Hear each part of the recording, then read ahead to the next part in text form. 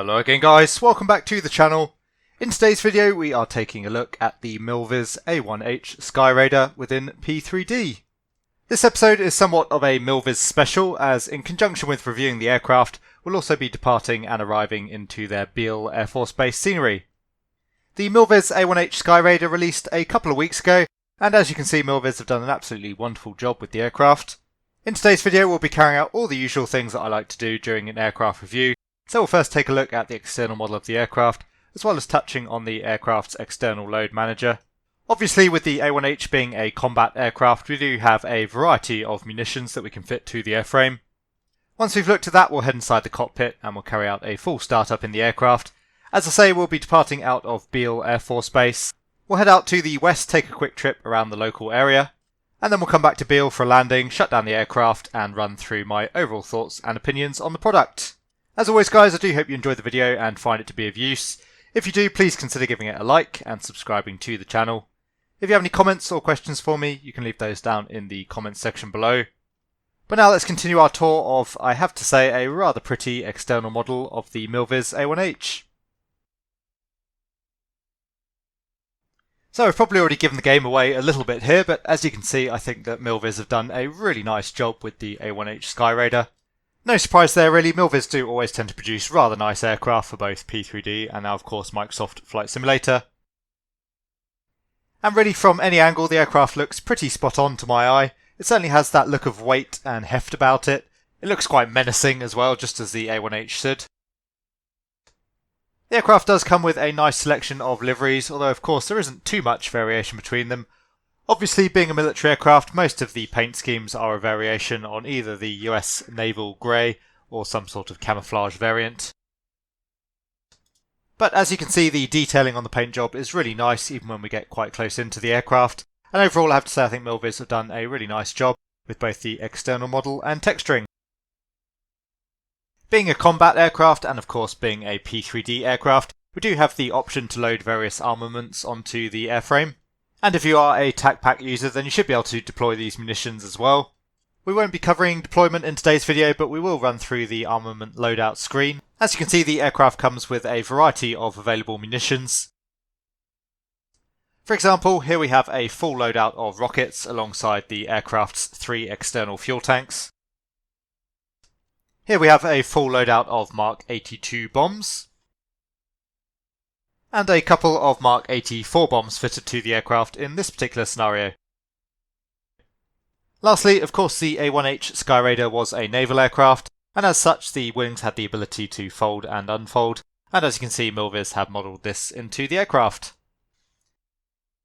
So once again, I think that MILVIZ have done a really nice job with the A-1H Skyraider. Certainly the aircraft looks as good as any aircraft can in P3D.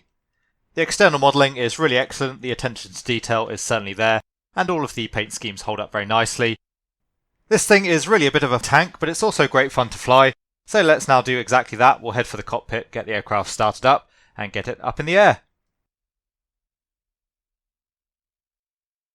So welcome to the cockpit of the MILVIZ A-1H Skyraider.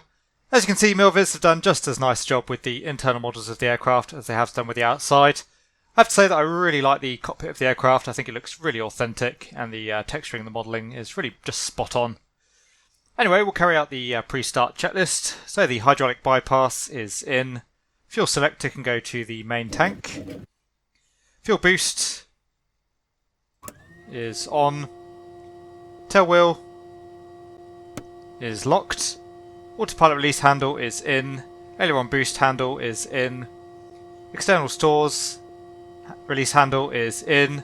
Dive brakes are retracted. Oil cooler is set to auto. Cowl flaps are set to open. Flaps are up. And they are currently up on the aircraft as well. Carb air is in the direct position. Blower is set to low. Throttle will open about 3/4 of an inch. Prop is set to full RPM. Mixture is in the idle cutoff position. Friction has been adjusted. Master exterior light switch is off, and the canopy is open. For the oxygen, that is checked.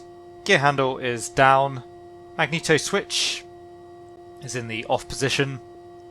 Water injection switch is off. Armament panel All of the armament panel switches are off. Altimeter is set. Circuit breakers are checked in. Battery switch is off. AC generator is on. AC power switch is set to off. Wing fold is selected, wings down, and indeed the wings are down. Lights are set to off. Inverter switch is on the number 1 inverter. Autopilot is out. Master radio switch is off. Radio and nav aids are off. And the IFF is set to off. So we are now ready for the engine start. The throttle is in the desired position. External power is not connected. Fuel boost is on. So the mags can come on. Set to both. And engage the starter, and as soon as the engine catches, we'll bring the mixture up. So as you can see, the engine very quick to catch there. I have found that if we actually start the engine with the mixture in the fully rich position, then the startup time is much more realistic. But we're carrying out the startup as per the checklist. So the post-start checklist battery is set to battery and generator. We'll cage that now. Fuel boost pump will turn off, just to check that the engine-driven fuel pump is working. And I'll set that back to on. For the pre-taxi checklist, we'll warm up the engine around 1000 RPM. Inverters are checked. Radio master switch can come on. We'll get the radios on as well, so we'll set that to transmit receive. TACAN we don't need today, and the IFF can go to standby. Port cooler door is checked. Flaps. We'll take one stage of flap for the takeoff, so we'll just let the flaps run out. Waiting for the oil temperature to come up to 40 degrees. Currently showing around 55, so that's within limits. And the flaps indicating one stage there, and the flaps showing correctly. Flight controls.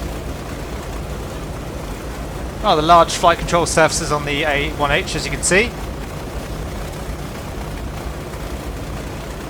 And the flight controls are checked, full free, and in the correct sense. So we'll call for taxi. We'll be departing out to the west. Assume build ground.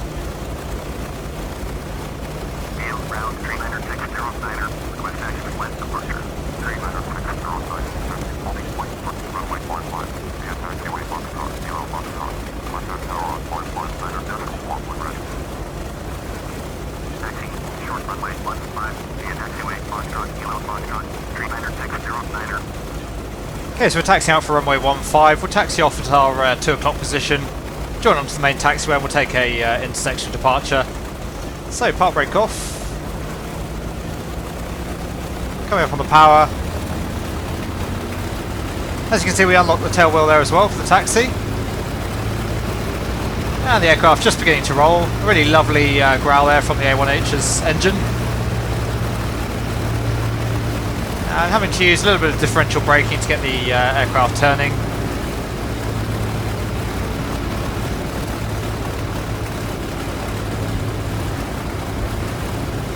So just gentle on the brakes as we turn.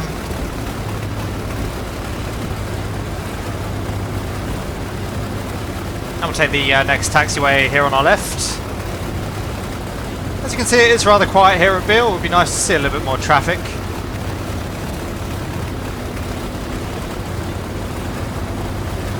And again, just gently swinging the aircraft around to the left. We'll take the intersection that you can see off at our 11 o'clock.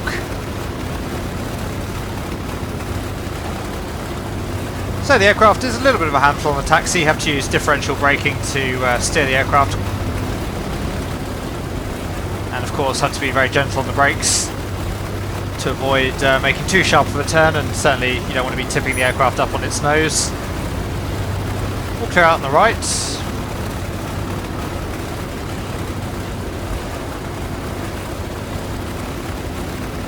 So we'll just get ourselves down to the holding point runway 15, then we'll carry out the run-up before we depart out to the west.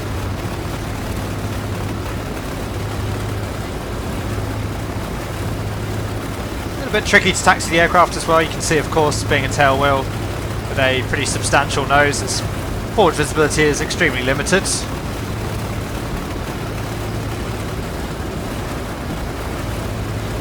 But that's to be expected. It's certainly no criticism of the aircraft, that's as it should be. So just coming up now on the holding point for runway 15. Easy on the brakes.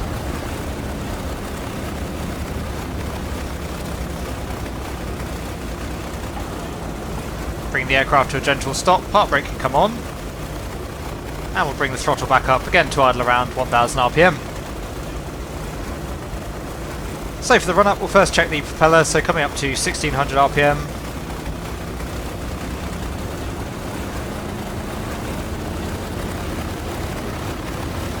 Brakes are holding. There's 1600, we'll come back on the prop lever, check for the RPM drop. There's the drop. And coming all the way back up to the full RPM position. Waiting for the RPM to recover at 1600, which it has. Next, the supercharger check, so the throttle, again we have 1600 RPM. Blower will move to the high position. And bring the throttle all the way up to field barometric pressure. Again, making sure that the brakes are holding. Keeping an eye on those T's and P's as well. And then moving the blower back to the low position. So we should see a loss of manifold pressure there and a rise in RPM, which we don't actually get in the A1H, so I'm not sure if there's a little bit of a modelling issue there with the blower. Anyway, coming back once again to 1600 RPM.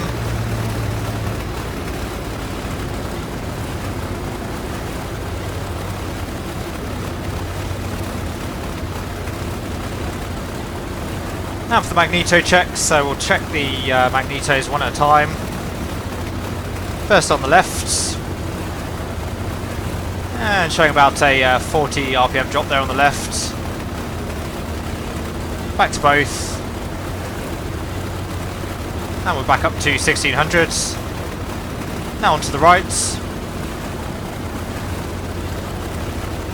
and showing much the same on the right, and back to both. So magnetos are checked there within limits, and coming all the way back to idle. Should be idling around 600 to 700 RPM.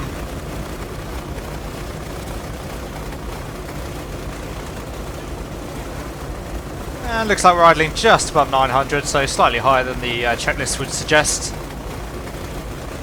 Anyway, we'll come back up to 1000 RPM now. So the before takeoff checklist inverter, we are on the number 1 inverter. Fuel set to the main tank. Fuel boost is on.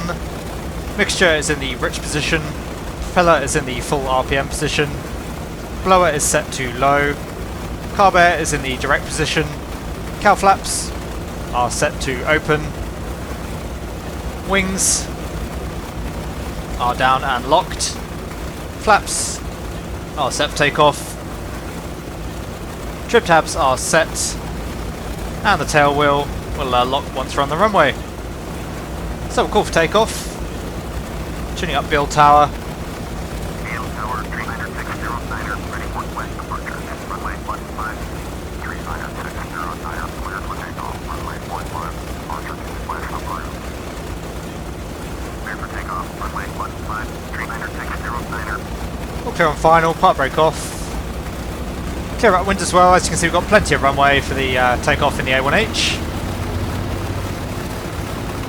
So we'll just get ourselves lined up on runway 15, we'll carry out the last of the takeoff checks, lock that tail wheel, and then we'll go.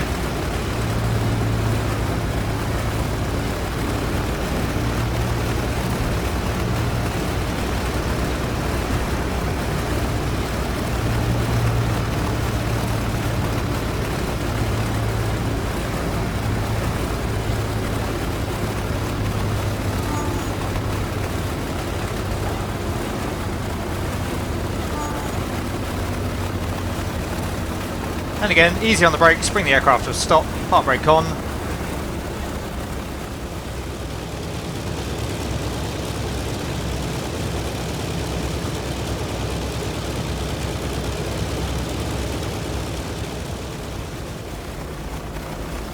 So we are all set and ready for takeoff. We'll just carry out the last of the before takeoff items. So we'll lock the tail wheel. It's in the lock position. We'll come up to fill barometric pressure again on the throttle. We'll hold that for about 15 seconds.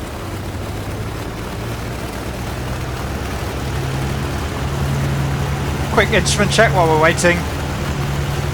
Everything looking good there. And feet off the brakes, slight back pressure initially to keep the tail wheel on the ground. And slowly feeding into power to come all the way up to full power for the takeoff.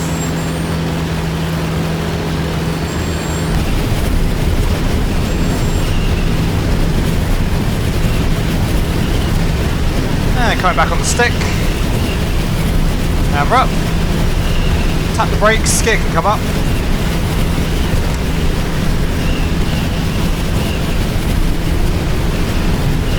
Already coming up through 500 feet, we'll get the flaps up. And come back on the power now, looking for 45 inches manifold pressure.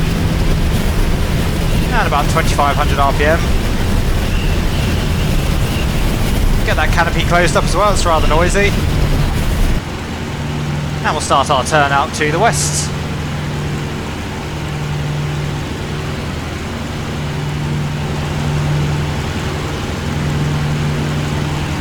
So you can just see the hills out to the west there that we're headed towards. Overall the A1H is a little bit of a handful on takeoff, but you'd certainly expect that with such a powerful tailwheel aircraft. Very controllable though. And overall it's really nice to fly once you get the aircraft in the air.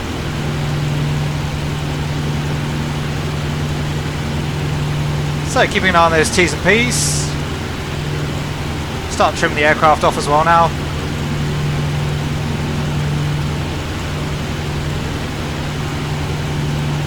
And we'll come back to 30 inches manifold pressure and about 2300 RPM as we cruise our way out towards the hills.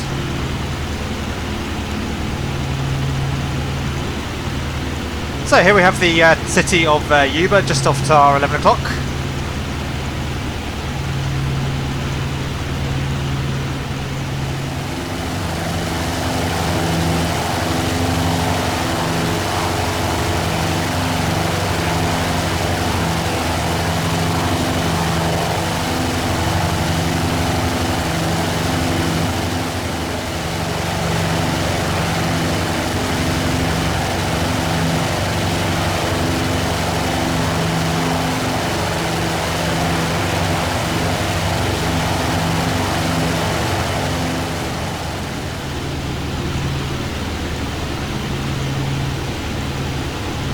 Fuel state's good at the moment, we're showing about 2200 pounds of fuel.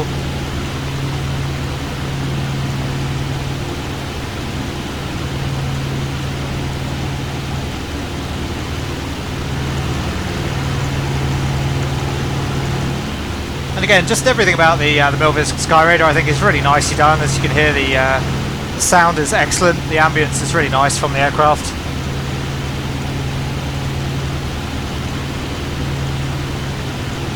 And the A1H feels exactly as you would expect. It's very pleasant to fly, but it does feel rather heavy.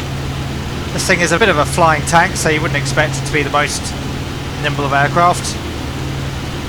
Certainly plenty of power though, as you can see we're only doing 30 inches on the manifold pressure at the moment, already doing 200 knots.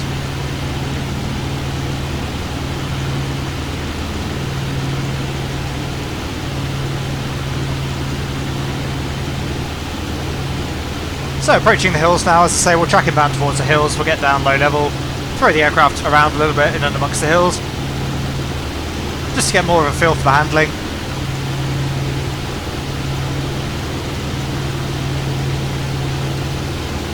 Obviously the Skyraider is not a fighter, it's a ground attack aircraft, so we're not going to carry out any aerobatic manoeuvres, we'll just throw the aircraft around low level and see how it feels there. Skyraider should be very much in its element. Down at low level, skimming in and amongst the terrain. keep our power setting for now. We'll let the aircraft's speed build up a little bit there.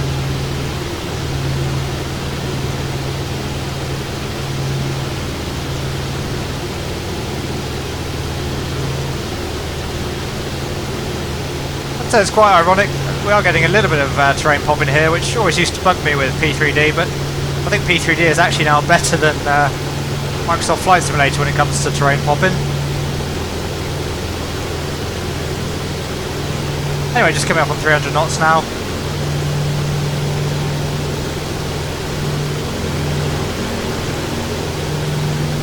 Very responsive on the ailerons, which we would expect with those huge ailerons on the wings that we saw during the flight control checks.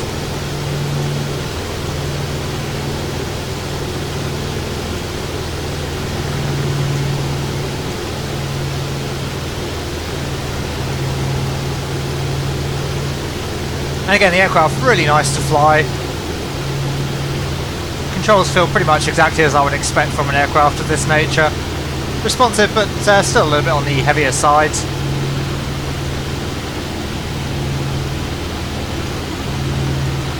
Again, this is one big, heavy, powerful beast, so I'm not really expecting it to feel particularly agile. But it is great fun to fly, as I say, and yeah, really nice job from MILVIZ.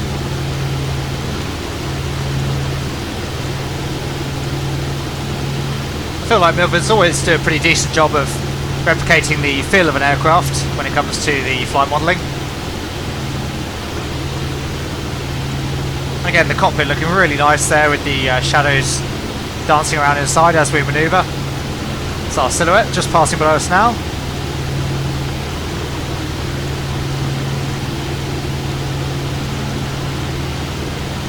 Anyway, we'll swing ourselves back around onto our heading of 100 and we'll make our way slowly back towards Beale.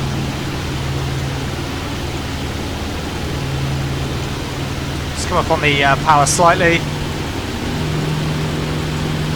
Come back up to climb power there, so there's 2600, 45 inches manifold pressure. So we've got some traffic just off our 12 o'clock. Try a quick aileron roll. And again, responds exactly as I would expect, not the highest roll rate in the world.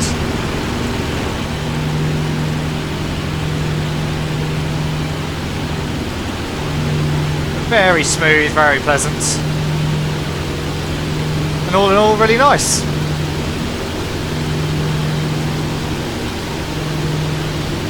So coming back once again, 30 inches manifold pressure. 2300 RPM. We'll level off around 2000 feet. And we'll track back towards Beale.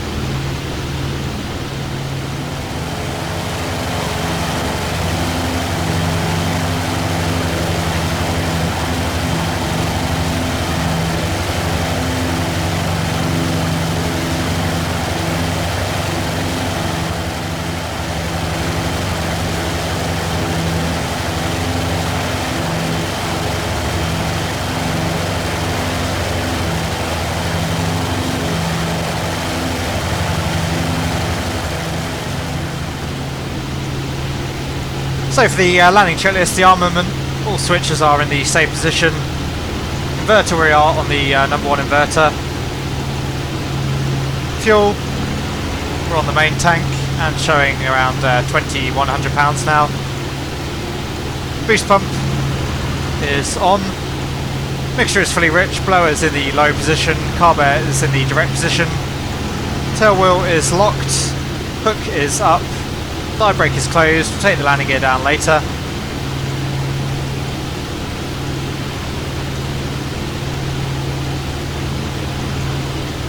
You can always see Beale off at our 11 o'clock.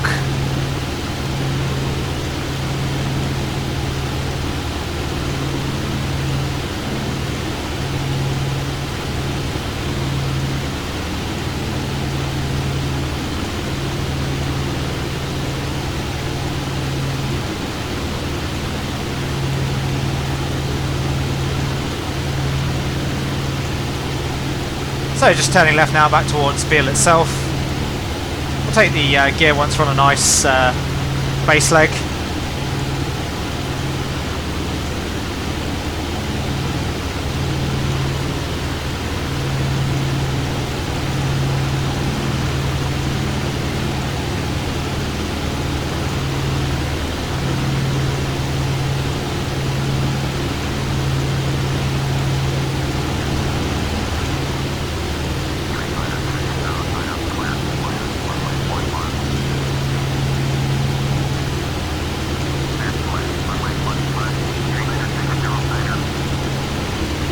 he's already cleared us for the landing. We'll come all the way back on the power, let the speed slowly come back.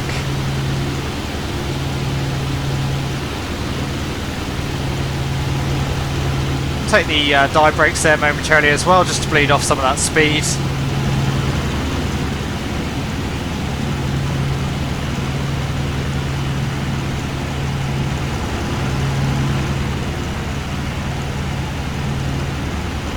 So coming off the dive brakes again, we'll take the gear down.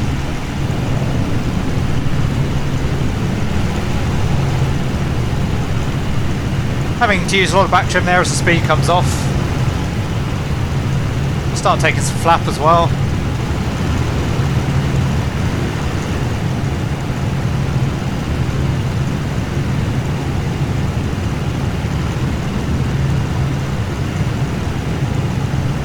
Aiming for an approach speed of around 100 knots. Still a little bit high here at the moment, so we'll leave the power off for now.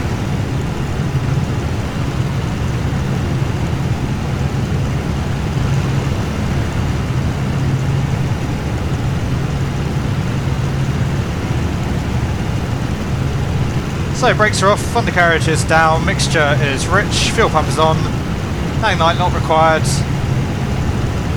Instruments are checked and harness is secure.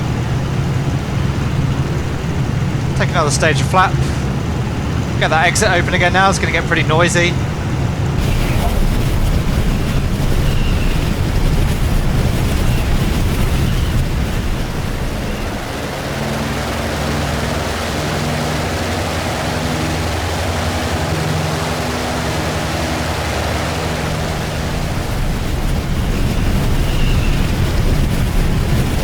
So the pitch can come back to the fully fine position. Take that last stage of flap.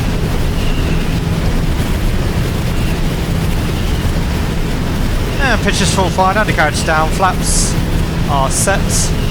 Landing clearance has been received. Runway is clear. We'll zigzag our way down the approach just to help with the forward visibility. Obviously that big nose as well as the gun sight rather getting in the way. We're looking for a speed of around 95 knots as we come over the threshold.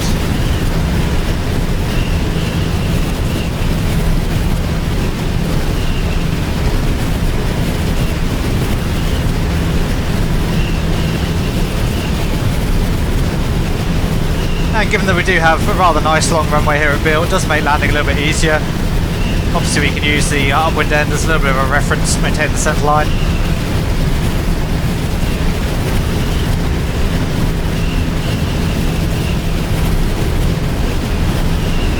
We'll roll all the way through to the first exit on the left.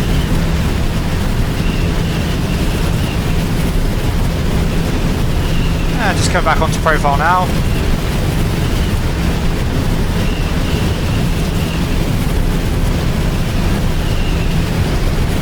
So slowly coming off that power, holding the aircraft off. There's touchdown. And just keeping the aircraft straight, initially with the rudder, then ultimately we'll have to use the brakes once we lose the airflow. Going over the control surface.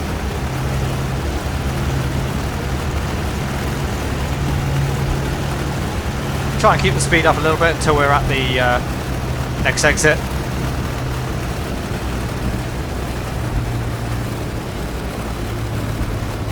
And again, just easy on the brakes now. Get that tail wheel unlocked.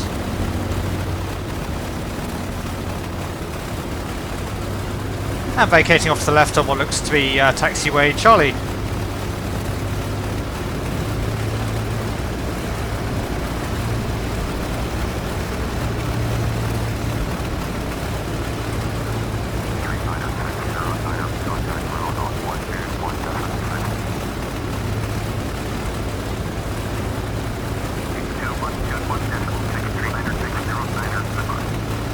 As usual, we won't bother calling ground, we'll just make our way over towards the apron and we'll get the aircraft parked up and shut down.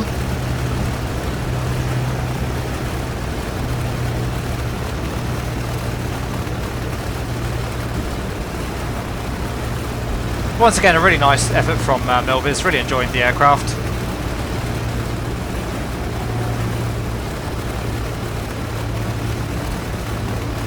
I know any P3D diehards will hate me for saying it, but I would love to see this aircraft in Microsoft Flight Simulator. I think it could be really good fun.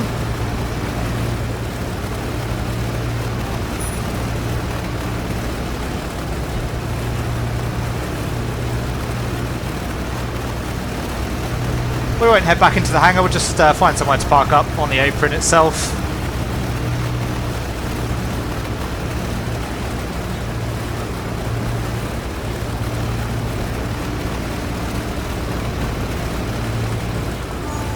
So we'll just swing the aircraft around here and the ground crew can push us back into the hangar later on.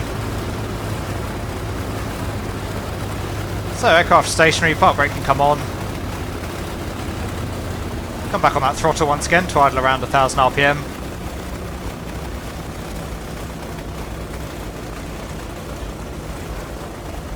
And for the shutdown checklist, flaps can come up. Take a little while for those to run in. Yeah, so overall, as I say, I think the aircraft is a really nice effort from MILVIZ and flies very nicely, very atmospheric. Systems seem to be, once again, very comprehensive. And as I say, MILVIZ just always do a really nice job of creating a very immersive, really pleasant aircraft experience. Anyway, flaps are up, AC power switch is off. RPM is set to 1000. Mixture will lean. Radio nav gear can come off.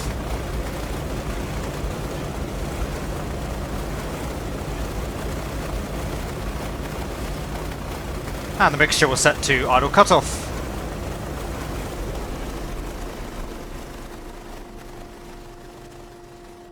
Okay, proper stopped. Fuel selector can go off. Mags can come off. And the battery can come off. So we'll get that fuel boost pump off. Lights are off. And that is the shutdown checklist complete. So there you go, guys. I hope you enjoyed our quick trip out in the MILVIZ A-1H Skyraider. Honestly, I don't really have a whole lot that I can fault about the aircraft, so we'll keep it short and sweet. There were a few minor niggles here and there. For example, the wind noise coming over the canopy, that was very digital, it was either on or off, which does somewhat kill the immersion, but again, no big deal. I did find a lot of the cockpit to be quite difficult to navigate under certain lighting conditions, but again, I suspect that's true to the real aircraft. Obviously, a lot of work has gone in over the years into cockpit design and ergonomics, as well as readability of things like gauges and controls. It also would have been nice to have a little bit more detail in the user manual about how to actually operate the aircraft. There is certainly enough information there to get the aircraft started and up in the air and runs through all of the pertinent procedures. But personally, I would have liked to have known some of the finer details as well, for example, the general power settings used in the cruise. Obviously, with it being a military aircraft, it is a little bit harder to go and find some of this stuff online than it would be with a civilian counterpart. If I had to guess, I think there's maybe one or two omissions in the checklist provided with the manual. A couple of the aircraft systems and switches seem to be in somewhat of an unexpected state throughout the flight, but again, this could just be my lack of familiarity with the aircraft. The A-1H is an aircraft that I'm rather unfamiliar with, which of course always makes it harder to find any inconsistencies or faults. As you will have seen though, the A-1H is certainly up to MILVIZ's usual standards in terms of quality.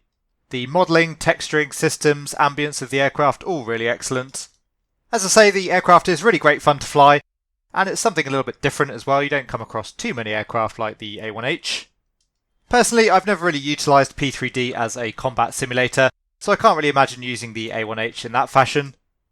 But certainly I can imagine having some fun cruising around in the aircraft, taking in some of the scenery, and for sure we'll be putting the A-1H around the map loop at a later date, so keep an eye out for that. I will just add as well that whilst this wasn't a specific review of the Beale Air Force Base scenery, of course we did take a look throughout the flight. I did comment during the flight that I thought that the airbase looked a little bit dead, and certainly in my sim it did. I did go away and have a little bit of a look, and I'm not quite sure why I'm not seeing any static aircraft in my sim. Certainly on the MILVIZ website it would suggest that the scenery does have plenty of them. You do get two options with the scenery as to whether or not you want a classic or a more modern look to the base. So it may be something to do with the fact that I selected the classic option, or it may indeed just be the fact that I'm using an external traffic pack, and as a result it's inhibited a lot of the MILVIZ scenery. Anyway guys, as always I do hope you enjoyed the video and found it to be of use. If you did, please consider giving it a like and subscribing to the channel. If you have any comments or questions for me, please leave those down in the comments section below, and I'll always do my best to answer them. But for now, thank you very much, and I'll see you all again soon.